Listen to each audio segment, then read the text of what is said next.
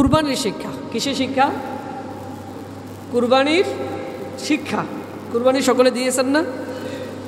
প্রিয় ভাইয়ারা, আমার আল্লাহ প্রত্যেক বছর কেন কুরবানির বিধান নাজিল করলেন? প্রত্যেক বছর কেন আমার আল্লাহ কুরবানি আমাদেরকে দিয়ে দেন? আমাদেরকে কি শিক্ষা দিতে চান? শুধু কি গোস্ত খাওয়ার জন্য কুরবানি? আনুষ্ঠানিকতার জন্য কুরবানি? এর মধ্যে অনেক শিক্ষা আছে। সুবহানাহু ওয়া তাআলা যে কুরবানির বিধান আমাদেরকে দিলেন, কেন দিলেন?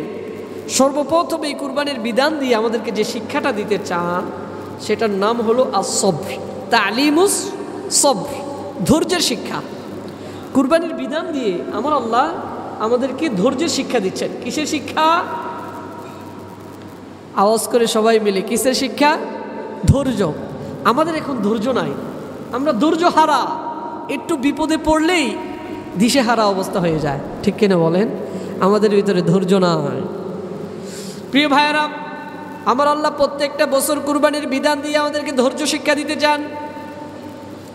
পবিত্র কোরআনের 2 নম্বর সূরা সূরাতুল বাকারা 45 নম্বর আয়াতে আমার আল্লাহ বলেন, ওয়াস্তাঈনু বিস-সাবরি ওয়াস-সালাহ ওয়া ইন্নাহা লাকাবীরাতুন ইল্লা আলাল খাশিঈন। আমার আল্লাহ সুবহানাহু ওয়া তাআলা আল্লাহর কাছে কিভাবে চাইতে হয় সাহায্য। আমরা সাহায্য মানুষের কাছে চাই না? অনেকের কাছে সাহায্য চাই না? আমি যখন বিপদগ্রস্ত হয়ে যাই মানুষের কাছে হাত পাতি, সাহায্য চাই। তাহলে সাহায্য চাওয়ার একটা নিয়ম নীতি আছে না নাই? বলেন। সাহায্য চাওয়ার যেমন একটা নিয়ম নীতি আছে, আমার আল্লাহর কাছেও সাহায্য চাওয়ার কিছু নিয়ম নীতি আছে। আমার আল্লাহ 2টা নিয়ম শিক্ষা দিচ্ছেন কিভাবে আল্লাহর কাছে সাহায্য চাইব। আমার আল্লাহ 2টা নিয়ম এই আয়াতে শিক্ষা দিচ্ছেন যে বান্দা, এই 2টা জিনিসের মাধ্যমে তুমি আমার কাছে সাহায্য চাও, আমি তোমাকে সাহায্য করবো। সুবহানাল্লাহ। আমার আল্লাহ সাহায্য করতে প্রস্তুত। এখন আপনি নিতে প্রস্তুত কিনা? প্রিয় ভাইয়েরা, সূরাতুল বাকারার 45 নম্বর আয়াতে আমার আল্লাহ বলেন, ওয়াস্তাঈনু, ও বান্দা তোমরা আমাদের কাছে সাহায্য চাও, বিস-সাবরি ওয়াস-সালাহ, ধৈর্য এবং নামাজের মাধ্যমে। তাহলে আল্লাহর কাছে সাহায্য চাওয়া যায় ধৈর্যের মাধ্যমে। কিসের মাধ্যমে? ধৈর্যের মাধ্যমে। ধৈর্য হারা হওয়া যাবে না, দিশাহারা হওয়া যাবে না। ইব্রাহিম আলাইহিস সালাম 86 বছর বয়স পর্যন্ত আল্লাহর কাছে সন্তান চাচ্ছেন। কেমন ধৈর্য, কেমন ধৈর্য! 86 বছর বয়স পর্যন্ত আমার আল্লাহর কাছে সন্তান চাচ্ছেন। রব্বি হাবিলি মিনাস সালিহিন, রব্বি হাবিলি মিনাস সালিহিন, রব্বি হাবিলি মিনাস সালিহিন। ইব্রাহিম আলাইহিস সালাম 86 বছর বয়স পর্যন্ত আমার আল্লাহর কাছে বলছেন, ও আল্লাহ আপনি আমাকে একটা নেককার সন্তানের বাবা বানান, আমাকে একজন নেককার সন্তান দেন। ইব্রাহিম আলাইহিস সালাম আল্লাহর কাছে কি করতেছেন? দোয়া করতেছেন, কিন্তু আমার আল্লাহ দিচ্ছেন না। আমার আল্লাহ কি করছেন না? দিচ্ছেন না। কিন্তু ইব্রাহিম আলাইহিস সালাম তিনিও সারার পাবলিক না। আমার আল্লাহ যতক্ষণ না দিবেন ততক্ষণ শুধু চাইতেই থাকবো, ঠিক কি না? আমার আল্লাহ না দিয়ে পারেন না, কারণ সন্তান দেওয়ার মালিক কে?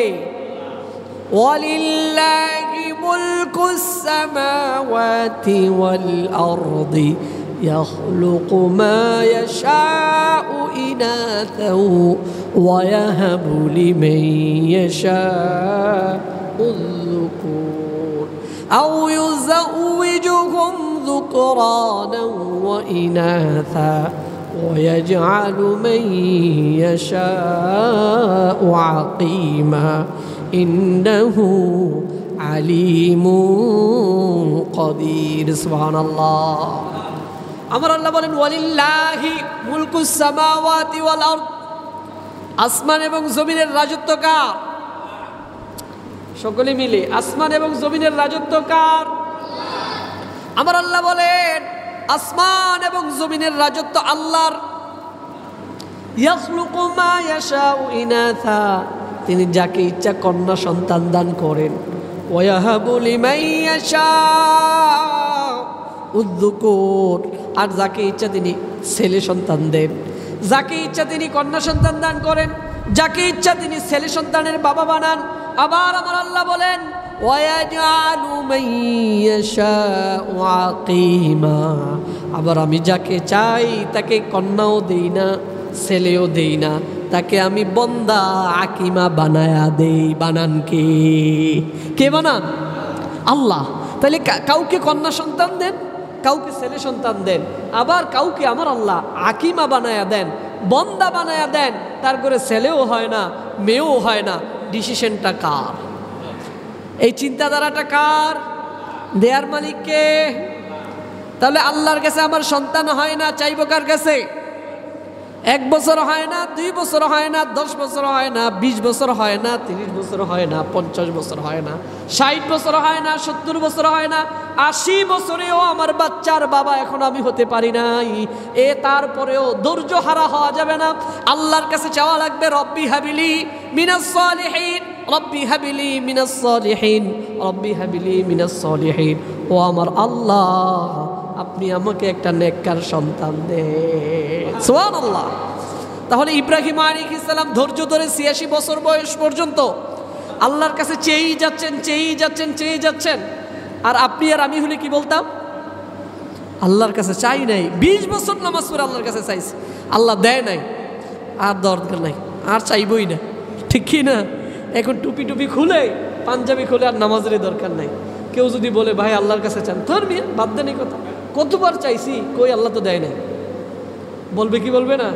কই নামাজ কম পড়ছি না, রোজা কম রাখছি না, কই আল্লাহ তো দেয় নাই। ঠিক কিনা? ধৈর্য নাই আমাদের। কি নাই? ধৈর্য নাই। কুরবানির বিধান দিয়ে আমাদেরকে আমার আল্লাহ ধৈর্য শিখাচ্ছেন। আমার আল্লাহ বলেন, চেয়ে দেখো সেই ইব্রাহিমের দিকে। 10, 20, 30, 40, 50, 60, 80, 70, 90 বছর বয়স পর্যন্ত দোয়া করছেন, চালিয়ে যাচ্ছেন, চালিয়ে যাচ্ছেন। আমার আল্লাহ 86 বছর বয়স যখন পার হলো, আমার আল্লাহ ইব্রাহিমকে ডাক দিয়ে বললেন, ফাবাশশারনাহু বিগুলামিন হালিম। সুবহানাল্লাহ। 86 বছর বয়সে আমার আল্লাহ দোয়া কবুল করলেন, ডাকে সাড়া দিলেন। কয় বছর পরে? আপনি কয় বছর ডাকছেন? আপনার কোনো বিপদ আসেনি? মুসিবত নাই আপনার আমার? কত বিপদ আছে। 2 বার 3 বার 4 বার 1 সপ্তাহ চাওয়ার পরে মনে হয় যেন আর চাইবই না, আমার আল্লাহ দিবে না। এমনটা করা যাবে না। আমি বিপদগ্রস্ত, হে আল্লাহ আপনি বিপদ থেকে আমাকে উদ্ধার করেন, কারণ বিপদ থেকে উদ্ধার করার মালিক তো আপনি। ঠিক কি না? এই বিশ্বাস আছে যে আমার আল্লাহ সন্তান দিতে পারেন। সন্তান দেওয়ার ক্ষমতা আল্লাহর, মাজারের না, পীরের না, আউলিয়ার না। সন্তান দেওয়ার ক্ষমতা রাখেন কে? কে রাখে? প্রিয় ভাইয়েরা, তাহলে এই বিশ্বাস যদি আপনার থাকতো তাহলে অবশ্যই আপনি আল্লাহর কাছে চাইতেন। কিন্তু আপনার বিশ্বাস তাবিজের উপরে। আপনার বিশ্বাস কিসের উপরে?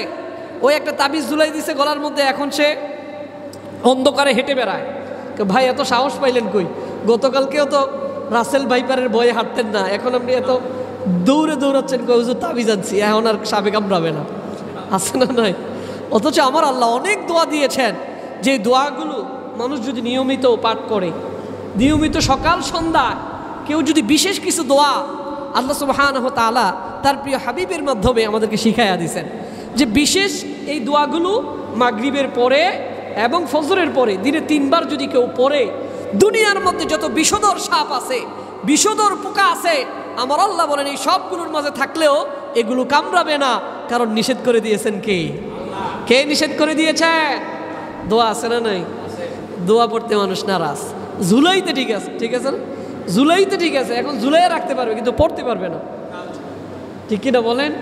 আপনি বাজারে গিয়েছেন, আপনি অসুস্থ, ডাক্তার দেখাইছেন, ডাক্তার দেখানোর পরে ডাক্তার আপনাকে লম্বা স্লিপ দিয়ে প্রায় 2000 টাকার ওষুধ লিখছেন। আপনি এই স্লিপ দেখে দেখে 2000 টাকার ওষুধ আপনি কিনলেন। কেনার পরে এগুলো 3 বেলা যে খাবারের পদ্ধতি দিছে ওই নিয়ম না মেনে একটা প্যাকেটিং করে সুন্দর করে যদি গলায় ঝুলাইয়া রাখেন, যে আমি ডাক্তারের কাছে গিয়েছিলাম, ডাক্তার আমাকে ওষুধ দিয়েছে, সবগুলো যদি গলায় ঝুলাইয়া রাখেন, ওষুধ কি ভালো হবে? জ্বর ভালো হবে? এখন 2 সপ্তাহ পরে ডাক্তারের কাছে গেলেন, ও ডাক্তার 14 দিনের অ্যান্টিবায়োটিক দিছেন, হাই অ্যান্টিবায়োটিক আমি কিনে নিলাম, বাড়িতে গিয়ে 2 সপ্তাহ যাবৎ আপনার ওষুধ মাফিক আমি চললাম, গলায় ঝুলাইয়া ঝুলাইয়া চললাম, কিন্তু কোনো কাজ তো করলো না। কেন করলো না? কেন করলেন না জবাব দেন। ডাক্তার বলবে প্রেসক্রিপশন খোলেন, আপনি খুলবেন, খোলার পরে দেখেন তো এই ওষুধগুলো কি করতে দিয়েছি, খাওয়ার জন্য দিয়েছি, আপনি এগুলো গলায় ঝুলাইছেন কেন? আপনি কি পাগল? ঠিক কিনা বলেন? বলেন আপনি কি পাগল নাকি? যেগুলো আপনাকে শরীরে খাওয়ার জন্য বলছি, মালিশ করার জন্য বলছি, ওইগুলো আপনি না খায়া না মালিশ করা গলায় ঝুলাইয়া রাখছেন। গলায় ঝুলাইলে কি আপনার শরীর ভালো হবে? ঠিক কিনা? এখন আপনাকে পিটাইবে কিনা? ওই মিয়া, আপনার মতো বোকাকে আর কেউ আছে? তাহলে আমার আল্লাহ কোরআন দিয়েছেন তেলাওয়াতের জন্য, আপনি গলায় ঝুলান কেন? দোয়া দিয়েছেন পড়ার জন্য, আপনি না পড়ে গলায় ঝুলাই কেন? বলেন। গলায় ঝুলাইলে যদি জি শয়তান দূরে থাকতো, আমাদের ভিতরে 30 পারা কোরআন আছে, হাফেজদেরকে মনে হয় জিনে বুতে ধরে না? ধরে কি ধরে না বলেন? তাহলে আমাদের ভিতরে 30 পারা কোরআন আছে না? এরপরেও হাফেজদেরকে বেশি শয়তানে ধরে, জিনে ধরে। ঠিক কিনা বলেন? উল্টা পাল্টা বেশি করে ছাত্রকালে। ঠিক কিনা? যত জিন ভূত আছে এদের পিছনেই কাজ করে। ঠিক কিনা বলেন? শুধু থাকলেই হবে না, পড়া লাগবে। ঠিক কিনা? পড়া লাগবে কিনা? না ঝুলাইবেন? পড়া লাগবে। প্রিয় ভাইয়েরা, ইব্রাহিম আলাইহিস সালাম ধৈর্য ধরে 86 বছর বয়স পর্যন্ত আমার আল্লাহর কাছে চাইলেন।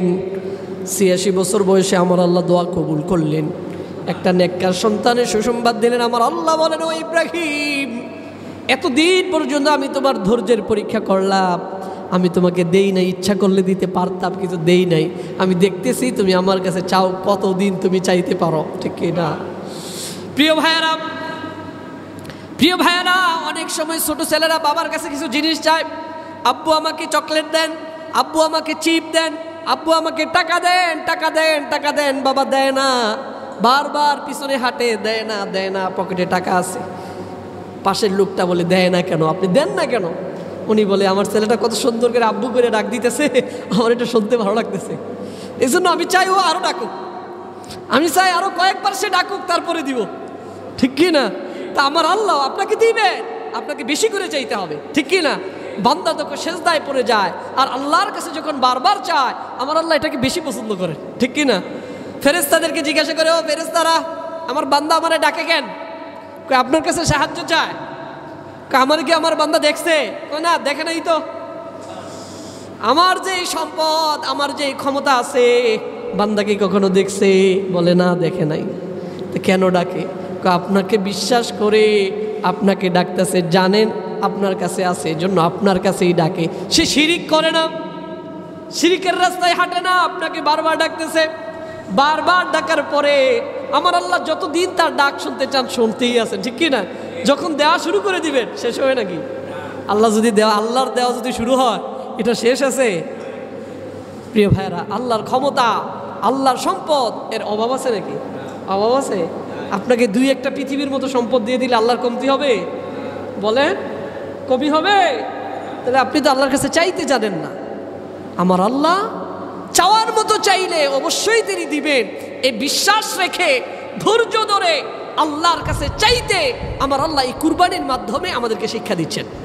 ও বান্দা, তুমি ওই দেখো ইব্রাহিমের দিকে, ইব্রাহিম 86 বছর বয়স চাইছে, আর তুমি কয় বছর আমার কাছে চাইছো? বলেন, আপনি দারিদ্রতার মধ্যে আছেন, আল্লাহর কাছে চান। আমার আল্লাহ বলেন, ওয়াস্তাঈনু, আমার কাছে সাহায্য চাও, বিসসবরি, ধৈর্যের মাধ্যমে, ওয়াসসালাত, নামাজের মাধ্যমে। কিসের মাধ্যমে? ধৈর্য এবং নামাজের মাধ্যমে আমার কাছে সাহায্য চাও। ওয়া ইন্নাহা লাকাবীরাতুন ইল্লা আলাল খাশিঈন, আমার আল্লাহ বলেন, বিনয়ী ছাড়া অন্যদের জন্য ধৈর্য এবং নামাজের মাধ্যমে সাহায্য চাওয়াটা অনেক কষ্টকর। ধৈর্য এবং নামাজের মাধ্যমে সাহায্য চাওয়া এটা অনেক কষ্টকর, কিন্তু যারা বিনয়ী তারাই ধৈর্য এবং নামাজের মাধ্যমে আল্লাহর কাছে সাহায্য চায়। ঠিক কি না বলেন? তাহলে আল্লাহর কাছে সাহায্য চাওয়ার একটা মাধ্যম হলো ধৈর্য, আরেকটা মাধ্যম হলো নামাজ। আরেকটা মাধ্যমের নাম কি? এখন এই 2 মাধ্যমের এক মাধ্যমেও আমরা নাই। ঠিক কি না বলেন? এখন 2 মোল্লার খতম, 5 মোল্লার খতম, 10 মোল্লার খতম। যার সমস্যা উনি কখনো আল্লাহর কাছে চায় না যে হুজুর একটু চাইয়া দেন। ঠিক কি না? খতিব সাহেব, হুজুর একটু চান, আমার আব্বা মারা গেছে, একটু চান না। চাইতে আমি নিষেধ করি না, কিন্তু আপনাকেও চাওয়ার দরকার আছে। ঠিক কি না? আপনার বাবা, আপনার একটু চাওয়ার দরকার না আল্লাহর কাছে? হে আল্লাহ, আপনি আমার বাবারে মাফ করে দেন, বলার দরকার আছে না নাই? কই, আপনার চাওয়া তো বন্ধ, আপনি নামাজই পড়েন না। চাইবেন তো দূরের কথা, নামাজই তো পড়েন না। আছে না নাই? আবার বলে আল্লাহর কাছে এত চাইলাম, 10 মোল্লা খাওয়াইলাম, 40 মোল্লা খাওয়াইলাম, এরপরে আল্লাহ দিল না। ঠিক কি না? আমার আল্লাহ বলেন, ও বান্দা, আমি যতক্ষণ কোনো বিপদ দেই তুমি ধৈর্য ধারণ করো আর আমার কাছে নামাজের মাধ্যমে সাহায্য চাও, আমি আল্লাহ অবশ্যই তোমাকে দিয়ে দিব। প্রিয় ভাইয়ারা, শুধু তাই নয়, সূরাতুল বাকারা 177 নম্বর আয়াতে আমার আল্লাহ বলেন, والصابرين في البأساء والضراء وحين البأس أولئك الذين صدقوا وأولئك هم المتقون। সুবহানাহু ওয়া তাআলা ধৈর্যের কথা বলছেন, মনোযোগ দিয়ে শুনেন। আমার আল্লাহ ধৈর্যের কথা বলছেন সূরাতুল বাকারার 177 নম্বর আয়াতে আমার আল্লাহ বলেন, ওয়াস-সাবিরিনা ফিল বা'সা, যারা অর্থ সংকটে ধৈর্য ধারণ করে, যারা অর্থ সংকটে কি করে,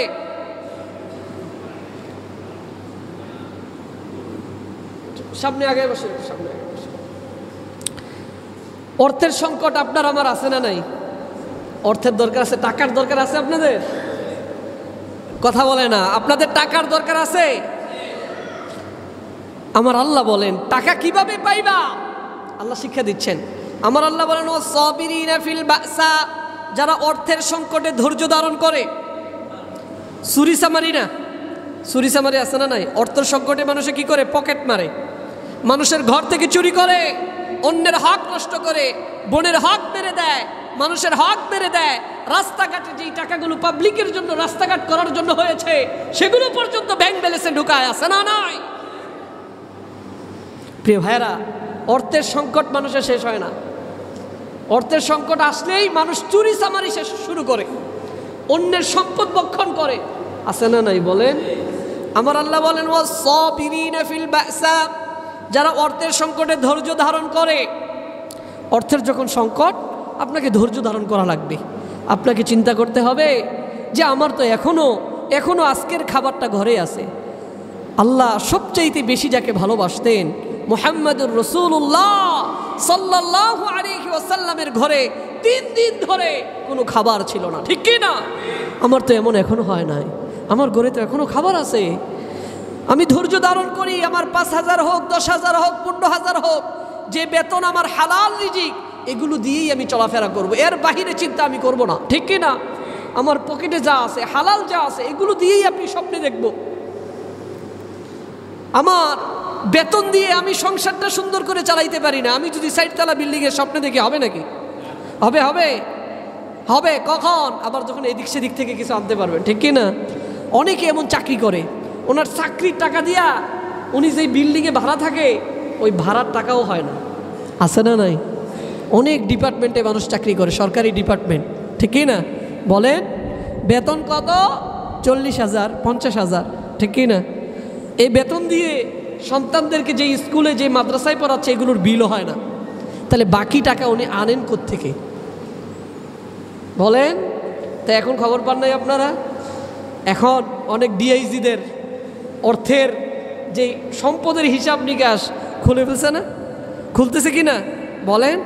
ওনাদের অর্থেও বাংলাদেশ দেশের বাহিরে অভাব নাই, অথচ উনি জীবনে যতদিন চাকরি করেছেন সবগুলো বেতন একসাথে করে উনি যে জমি কিনেছেন, এই জমিও কিনা যাবে না। ঠিক কি না? কিন্তু এত টাকা পাইলেন কোত্থেকে?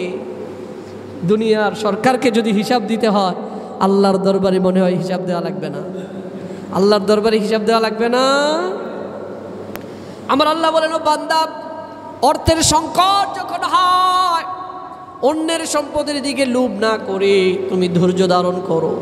আমার আল্লাহ আমাকে না খাইয়ে রেখে তিনি যদি খুশি হন, আমি না খেয়ে থেকেও আমি খুশি থাকবো। ঠিক কিনা বলেন? আল্লাহর বিরুদ্ধে কোনো অভিযোগ আমার থাকবে না। আমার আল্লাহ আমাকে যেভাবে রেখেছেন, আলহামদুলিল্লাহ। আমার আল্লাহ যে আমাকে দুনিয়াতে পাঠাইছেন, 2টা চোখ যে দিছেন, তাম পৃথিবী বিক্রি করে এই 2টা চোখের দাম আল্লাহকে দিতে পারবেন? আপনার যে অভিযোগের শেষ না, আপনি যে এত অভিযোগ করেন, আমার আল্লাহ যে আপনাকে শ্রবণ শক্তি দিয়েছেন, তাম পৃথিবী বিক্রি করে এই শ্রবণ শক্তির দাম দিতে পারবেন? বলেন, কিসের দাম দিতে পারবেন? আমার আল্লাহর অনুগ্রহ ছাড়া আমরা কেউ বেঁচে থাকতে পারবো? এই যে হাঁটতেছেন, কার দয়া? কথা বলতেছেন, কার দয়া? আমার কথা শুনতেছেন, কার দয়া? আমি আপনাদের সামনে কথা বলতেছি, এই যে মুখ নাড়াচ্ছি আর কথা বের হচ্ছে, বের করতেছেন কে? দয়াটা কার? দয়াটা কার? এটা কি আমার বাহাদুরি? কার বাহাদুরি? আল্লাহু আকবার। প্রিয় ভাইয়েরা আমার, আল্লাহ বলেন ওয়াসাবিরিনা ফিল বাসা, যারা অর্থ সংকটে ধৈর্য ধারণ করে। অর্থ সংকট এটা থাকবেই থাকবে পৃথিবীতে, আপনি যতদিন থাকবে অর্থের সংকট ততদিন থাকবে, ঠিক কি না? শুধু তাই নয়, ওয়াদ-দাররা, দুঃখ কষ্টে যারা ধৈর্য ধারণ করে। দুঃখ কষ্ট আছে না নাই? আপনাদের মনে হয় নাই? শুধু আমাদের না, আপনাদেরও আছে? আছে, আছে। দুঃখ নাই, কষ্ট নাই, দুনিয়ার মধ্যে এমন কোনো মানুষ এখনো জন্ম হয়েছে? প্রিয় ভাইয়ারা, একবার যদি চিন্তা করেন, বাংলাদেশের সবচাইতে ক্ষমতাসীন যিনি এখন আছেন, তারও দুঃখের সীমা নাই, তারও কষ্টের সীমা নাই। আপনি এভাবে বলেন, দেখতে মনে হয় তিনি অনেক খুশি আছেন, সুখে আছেন, কিন্তু পৃথিবীর রাজত্ব যারা করছেন তাদেরকেও যদি গিয়ে আপনি জিজ্ঞাসা করেন, আপনার কি কোনো দুঃখ আসেনি? আপনার কি কোনো মনে কষ্ট আসেনি? আপনার তো টাকার অভাব নাই, বাড়ি গাড়ির অভাব নাই, ক্ষমতার অভাব নাই, আপনার কি কোনো দুঃখ আসেনি? ওনার দুঃখ যদি আপনি শোনেন, আপনি বলবেন আলহামদুলিল্লাহ, আমার বাড়ি গাড়ির দরকার নাই, আমার সম্পদের দরকার নাই, আমার আল্লাহ আমাকে যে কত সুখে রেখেছেন, এটাই আলহামদুলিল্লাহ, ঠিক না? প্রিয় ভাইরা, অনেক দেখবেন ধনী আপনার মেয়ে কথা শোনে, ছেলে আপনার কথা শুনে, অনেক টাকাওয়ালা আছে, তাদের মেয়ে তাদের কথা শোনে না, বাবার মুখে চুনকালি মাখে, ঠিক কি না? বলেন প্রিয় ভাইরা, কত যে দুঃখে মানুষ আছে। মানুষের দুঃখের কাহিনীগুলো শুনলে, এখানে যতজন মানুষ আছেন সকলেরই আলাদা আলাদাভাবে দুঃখ আছে, কষ্ট আছে, আছে না নাই? আছে না নাই? এগুলো দিয়েছেন কে? কে দিয়েছেন? আল্লাহ দিয়েছেন। আমি খতিব সাহেব, আমার মনে হয় কোনো কষ্ট নাই, দুঃখ নাই, ঠিক কি না? আমারও কষ্ট আছে, আমারও দুঃখ আছে। মাঝে মাঝে মনে হয়, হায় রে, এত দুঃখ, এত কষ্ট, আর সহ্য করতে পারতেছে না, ঠিক কিনা বলেন?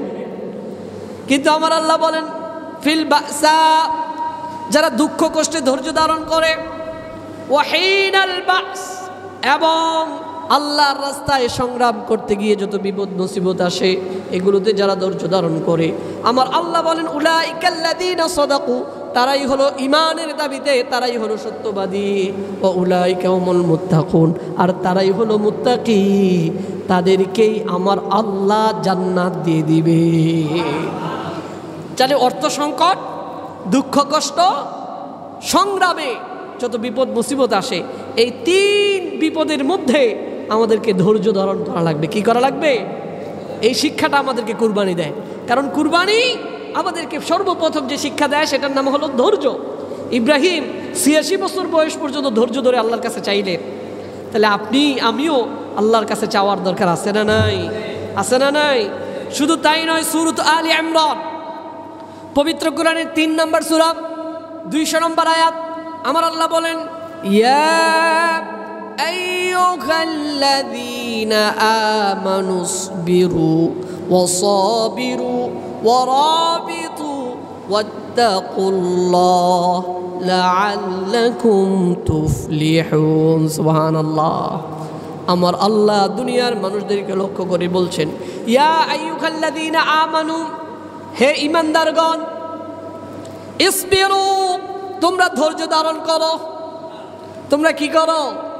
দুনিয়াটা যত বিপদ, যত মুসিবত আমার আল্লাহ দিবেন, সবগুলো দুনিয়াতে যদি দেন, আপনি যদি সবগুলো মোকাবেলা করেন ধৈর্যের মাধ্যমে, আমার আল্লাহ জ্বর দিয়েছেন আলহামদুলিল্লাহ, আমার আল্লাহ আমাকে বিপদ দিয়েছেন আলহামদুলিল্লাহ, আমার আল্লাহ আমাকে দুঃখ কষ্টে ফেলেছেন আলহামদুলিল্লাহ, আমার আল্লাহ আমাকে যেই সম্পদের মালিক বানাইছেন, এই সম্পদ দিয়ে আমার সংসারটাও আমি পরিচালনা করতে পারতেছি না, আলহামদুলিল্লাহ, আমার আল্লাহ আমাকে পরীক্ষা করতেছেন, আমার আল্লাহ আমাকে পরীক্ষায় ফেলছেন, আমি যখন ধৈর্য ধারণ করবো। ওয়াসাবিরু, আমার আল্লাহ বলেন শুধু ধৈর্যই না, কার চেয়ে কে বেশি ধৈর্য ধারণ করতে পারো প্রতিযোগিতা শুরু করে দাও। সুবহানাল্লাহ। ধৈর্যের প্রতিযোগিতা শুরু করো, কার চেয়ে কে বেশি ধৈর্য ধারণ করতে পারে। প্রিয় ভাইয়েরা, ধৈর্য যদি শিখতে হয় ইব্রাহিমের কাছে শিখা লাগবে, ঠিক কি না? ধৈর্য যদি শিখতে হয় ইউনূস আলাইহিস সালাম থেকে শিখা লাগবে, ঠিক কি না? ধৈর্য যদি শিখতে হয় আমাদেরকে আইয়ুব আলাইহিস সালাম থেকে শেখা লাগবে, কারণ তারা এমন ধৈর্য ধারণ করছে। ইব্রাহিম আগুনে পড়ে গেছে, তারপরে ঈমান বিক্রি করে নাই, ঠিক কিনা বলে? আইয়ুব আলাইহিস সালাম অসুস্থ হতে হতে জিহ্বাতে পর্যন্ত পোকা এসে গেছে, তারপরেও তিনি ধৈর্য ধারণ করেছেন। ইউনুস আলাইহিস সালাম মাছের পেটে চলে গেছে, মাছের পেটে আমার আল্লাহ সেখানেও তাকে জীবিত রাখলেন, তিনি দিশেহারা হন নাই, ধৈর্য ধারণ করেছেন। মুক্ত করে দিয়েছেন কে? কে মুক্ত করে দিয়েছেন? এই জন্য আপনার বিপদ আসলে, মুসিবত আসলে ধৈর্য ধারণ করতে পারবেন? কই, আপনার ধৈর্য নাই। হুজুর বিপদ শেষ নয়, মুসিবতের শেষ নয়, আর সহ্য করতে পারতেছি না, বিষের বোতল কই আছে কি না? আছে না নাই? আছে না নাই? মনে করলে, অনেকে মনে করে মরলেই শান্তি, ঠিক কি না? অনেকে মনে করে মরলেই শান্তি, এই জন্য বিষ খায়, ঠিক কি না? আছে না নাই? আত্মহত্যা করে বেশিরভাগ মহিলারা। কারা? বেশিরভাগ কারা? কারণ মহিলাদেরকে আমরা প্যাকেট করে ঘরে ঢুকায় রাখছি, এদেরকে আর বেরোতে দেই না। এরা বেরোলে বাজারে যাবে, এরা বেরোলে মার্কেটে যাবে, এরা বেরোলে বাহিরে ঘুরবে, এরা বেরোলে সিনেমা দেখবে, এরা কখনো মসজিদে আসতে পারবে না, মসজিদ তালা, ঠিক কিনা? মহিলাদেরকে আমরা ইসলাম শিখার কোনো মাধ্যম আমরা তাদের হাতে দেই না, এই জন্য তারা স্বামীকে কষ্ট দেয়, বাবাকে কষ্ট দেয়, ভাইকে কষ্ট দেয়, মানে না, কারণ ইসলাম জানে না তো, এরা মানবে কি করে, ঠিক কিনা বলেন? যতটুকু ওই মোবাইলে শোনে, ক্যাসেটে শোনে, ওইটা আর কতটুকু, ঘরে যতক্ষণ আলোচনা শোনে এর চাইতে ডাবল গান বাজে, ঠিক কিনা বলেন? প্রিয় ভাইরা, এই জন্য আমার মা বোনদেরকেও ইসলামিক শিক্ষা মা বোনদেরকে দেওয়ার দরকার আছে না নাই? স্বামীর খেদমত করলে কি হয়, এটা যদি তাকে শিক্ষা দেন, তাহলে আপনার পাগুলো তার চুল দিয়ে মুছবে, কারণ সে জানে আমার চুলগুলো দিয়েও আমার স্বামীর পায়ের তলাটা যদি পুষে, তার মন যদি আমি খুশি করতে পারি, আমার আল্লাহ আমার উপর খুশি হয়ে যাবে, সুবহানাল্লাহ। কিন্তু সে তো এটা জানে না। তার এটা জানাইছেন? তার এটা জানানোর দরকার কার? আপনার, ঠিক কি না? জানাইছেন? এজন্য মহিলাদেরকে ঘরে ভরে রাখছে। বেশিরভাগ এখন মহিলারা আত্মহত্যা করছে, এজন্য তাদেরকে ইসলামিক শিক্ষা তাদেরকে নিশ্চিত করার দরকার আছে না নাই? মসজিদের দরজাগুলো জুমার দিনে মহিলাদের জন্য খুলে দেওয়া দরকার, ঠিক কি না? আলাদা গেট করে, আলাদা স্থান করে মা বোনরা এখানে নামাজ পড়বে, ঠিক কি না বলেন? আপনি সামনে বসেই শোনেন না, ওনারা ঘরে বসে শুনবে? যতই মাইক লাগান, মাইকের আওয়াজ কি ভালো করে শোনা যায় ঘরে? নির্দিষ্ট এক জায়গায় বসলে, আওয়াজগুলো শুনলে আমাদের অন্তর অনেক পরিবর্তন হয়। এই জন্য আমি সকল মসজিদ কমিটিকে বলবো, আপনারা শুধু পুরুষদের জন্য নয়, নারীদের জন্য মসজিদে একটা জায়গা রাখেন, যে জায়গাতে তারা নামাজের ব্যবস্থা বলবে, যে জায়গাতে তারা ইসলাম শিখবে, দিন শিখবে। দরকার আছে না নাই? আছে না নাই? আমার আল্লাহ আমাদেরকে কবুল করুক, সকলে বলেন আমিন। শুধু তাই নয়, ওয়ারাবিতু, আমার আল্লাহ বলছেন যুদ্ধের জন্য প্রস্তুত থাকো, ধৈর্য ধরো, আর যুদ্ধের জন্য প্রস্তুত থাকো। কারণ আমার আল্লাহ বিপদ মুসিবত দুনিয়াতে আপনাকে ফেলবেন। আপনি যদি বলেন আমি ইমানদার, আমার আল্লাহ একের পরে এক আপনাকে বিপদ দিবেন, সর্বোপরি যুদ্ধ দিবেন, যুদ্ধ লাগাইয়া দিবেন, যে বান্দা দেখি তুমি অন্য দেশের কাছে মাথা নত করো কিনা, কারো কাছে মাথা নত করো কিনা আমি দেখি। এই জন্য সর্বোপরি আমার আল্লাহ দাজ্জালকে পাঠিয়ে দিবেন, এক হাতে জান্নাত, এক হাতে জাহান্নাম দিয়ে, ঠিক কিনা? আমার আল্লাহ পাঠিয়ে দিবেন, বান্দা সর্বশেষ পরীক্ষা দাও। প্রিয় ভাইরা, তাহলে এই যুদ্ধর জন্য প্রস্তুত থাকতে বলছেন কে? প্রিয় ভাইরা, আমার আল্লাহ বলেন ওয়াত্তাকুল্লাহ লাআল্লাকুম তুফলিহুন, আল্লাহকে ভয় করো, তাহলেই তোমরা সফল কাম হবে। প্রিয় ভাইরা, তাহলে কুরবানির 1 নম্বর শিক্ষা হলো ধৈর্যের শিক্ষা। কিসের শিক্ষা? ধৈর্য। আপনারা বুঝেন তো? ধৈর্য কি আপনারা বুঝেন? ধৈর্য কারে বলে? বিপদ আসতে, মুসিবত আসতে ঈমান বিক্রি না করে আল্লাহর দরবারে থেকে আল্লাহর কাছে চেয়ে যাওয়া, আর আল্লাহর ফায়সালার উপর সন্তুষ্ট থাকা। আমার আল্লাহ আমাকে গরিব রাখলেও আলহামদুলিল্লাহ, টাকা দিলেও আলহামদুলিল্লাহ, তার বিধান যেভাবে আছে আমি ওইভাবেই চলবো, এর বাহিরে যাব না। এর নাম হলো, এর নাম কি? কিন্তু যারা বিপদগ্রস্ত হয়েই অন্যের পকেট মারে, প্রকাশ্যে অথবা গোপনে, এরা ধৈর্যশীল না। এরা ওই বিপদটাকে সহ্য করতে পারতেছে না, অর্থ সংকটটাকে তারা সহ্য করতে পারতেছে না, এই জন্য চুরি চামারি করে। আছে না নাই? আছে না নাই? প্রিয় ভাইয়েরা, 2 নম্বর কুরবানির শিক্ষা হলো তালিমুত তাদহিয়া, ত্যাগের শিক্ষা। কুরবানি আমাদেরকে ত্যাগের শিক্ষা দেয়। আপনি ত্যাগ না করলে কখনো কোনো ভালো জিনিস হাসিল করতে পারবেন না, ঠিক কি না বলেন? যত বেশি ত্যাগ স্বীকার করবেন, তত বেশি সম্পদ আপনি দুনিয়াতে অর্জন করবেন, ঠিক কি না? আল্লাহর জন্য যত বেশি ত্যাগ আপনি স্বীকার করবেন, আল্লাহকে তত কাছে আপনি পেয়ে যাবেন, সুবহানাল্লাহ। প্রিয় ভাইয়েরা, 3 নম্বর আয়াতে আমার আল্লাহ তামাম দুনিয়ার মানুষদেরকে শিক্ষা দিচ্ছেন, ও দুনিয়ার মানুষেরা তোমরা বলো আমার নামাজ, আমার কুরবানি, আমার জীবন, আমার মরণ লিল্লাহি রাব্বিল আলামিন। কার জন্য? কার জন্য? আল্লাহর জন্য। এই জন্য আমার আল্লাহ যা বলেন আমি তাই পালন করা লাগবে। এক্ষেত্রে আমি যত ত্যাগের স্বীকার করতে হয় সেই ত্যাগ স্বীকার করার দরকার আছে না নাই? আছে না নাই? প্রিয় ভাইয়েরা, শুধু তাই নয়, আমার আল্লাহ সূরা তাওবা পবিত্র কোরআনের ৯ নম্বর সূরা ১১১ নম্বর আয়াতে আমার আল্লাহ বলেন, ইন্নাল্লাহ হাশতারা মিনাল মুমিনিনা আনফুসাহুম ওয়া আমওয়ালাহুম বিআন্না লাহুমুল জান্নাহ ইউকাতিলুনা ফি সাবিলিল্লাহি ফায়াকতুলুনা ওয়া ইউকতালুন وعدا عليه حقا في التوراة والإنجيل والقرآن ومن أوفى بعهده من الله فاستبشروا ببيعكم الذي بايعتم به ذلك هو الفوز العظيم।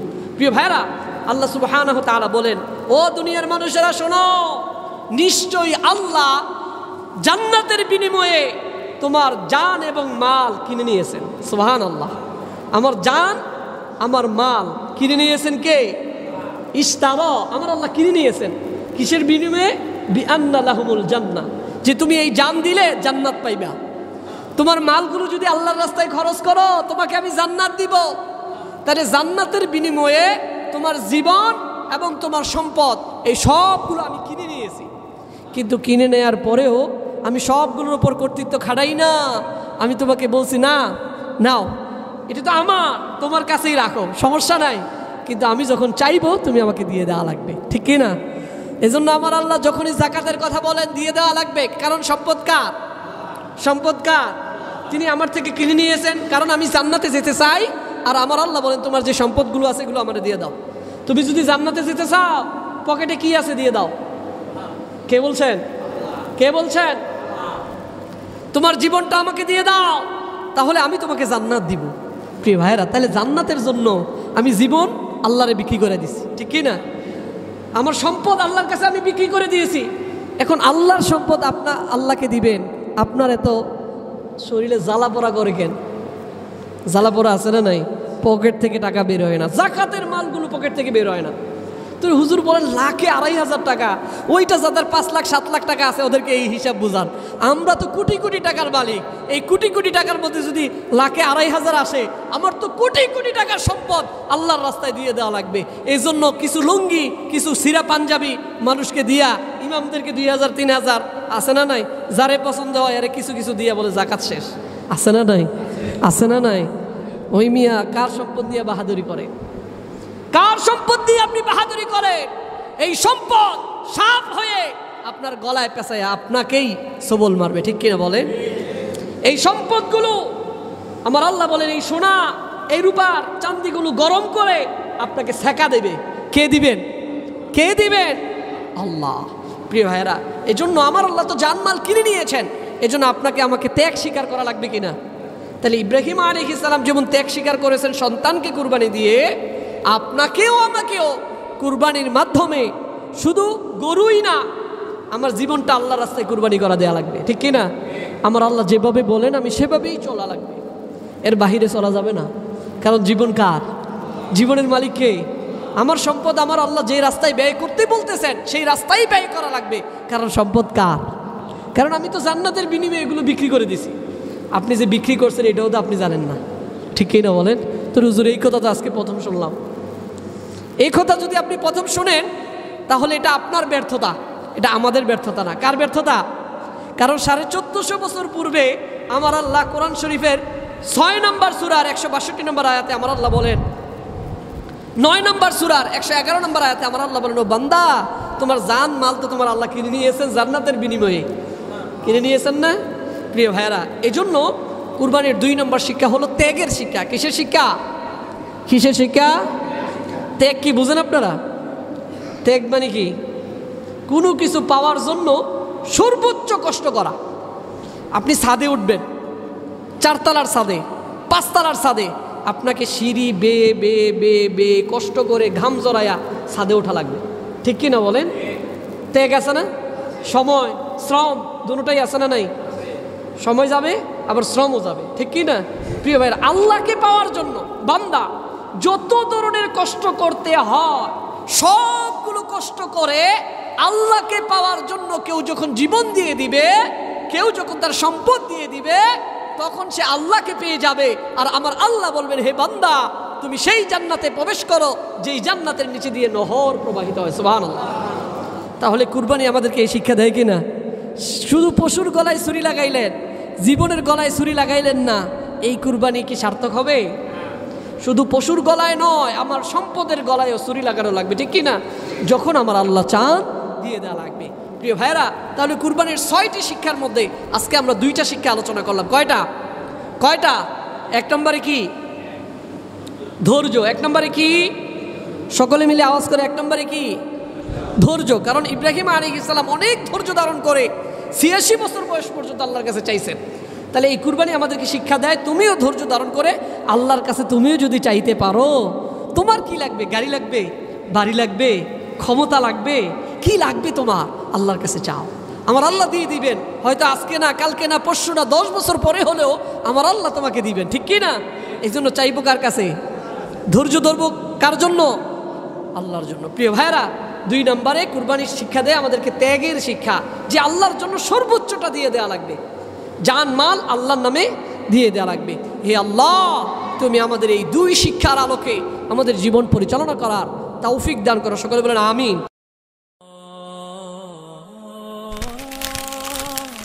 আইসিল মিডিয়া, সত্য ও দিন প্রচারের লক্ষ্যে।